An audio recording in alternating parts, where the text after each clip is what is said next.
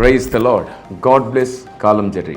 తిరుపతి జిల్లాలో ఉన్నటువంటి కాలంజరికి నేను రాబోతున్నాను. మార్చి నెల 20వ తారీఖు సాయంత్రం జరగబోతున్నటువంటి ఈ సభల్లో నేను మీతో పాటు ఉండబోతున్నాను. మెస్సయా మినిస్ట్రీస్ 6వ పరిశుద్ధ పండుగలు మార్చి నెల 19, 20, 21, 22 తారీఖుల్లో ప్రతిరోజు సాయంత్రం 6 గంటలకు. స్థలం మెస్సయా మందిర్, కాలంజరి, నాగలాపురం మండలం, తిరుపతి జిల్లా. వివరాలకు మీకు నంబర్స్ ఇవ్వబడుతున్నాయి. దూర ప్రాంతాల నుంచి వస్తున్న వారు ముందుగా మీ వివరాలను తెలియజేసి హాజరయ్యే ప్రయత్నం చేయండి. పరిశుద్ధాత్మ దేవుడు బైబిల్ గ్రంథాన్ని ఎక్కువ శాతం ఫిగరేటివ్ లాంగ్వేజ్లో రచింపజేశారు. అంటే ఉపమాన పరిభాష, సాదృశ్య పరిభాష. వాటిని అర్థం చేసుకోవడానికి తిరిగి ఆత్మదేవుడే జ్ఞానం ఇవ్వాలి, వివేకం ఇవ్వాలి. మనం ఆశ్చర్యపడే సంగతులు ఎన్నో బైబిల్ గ్రంథంలో ఉన్నాయి.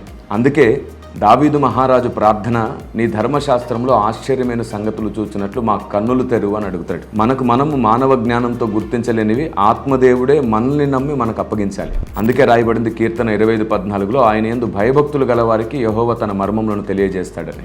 మరి చివరి రోజుల్లో కనీసం రోజుకు 2 గంటలు పర్సనల్ ప్రేయర్ లైఫ్ లేకుండా ఆత్మదేవుడు ఎలా బోధిస్తాడు, ఎలా ఆలోచనిస్తాడు? మరి ఎందరో పండితులు అక్షరాన్ని పట్టుకొని, థియాలజీని పట్టుకొని వెళ్తే సంఘానికి క్షేమాభివృద్ధి జరుగుతుందా? థియాలజీ, స్పిరిచువాలిటీ కలిసి పనిచేసిన రోజునే సంఘానికి క్షేమాభివృద్ధి జరుగుతుంది. ఎన్నో సూత్రాలతో, ఎన్నో నియమాలతో ఈ అంత్య దినాల్లో పరిశుద్ధాత్మదేవుని స్వరంతో నేను మీ మధ్యలోనికి రాబోతున్నాను.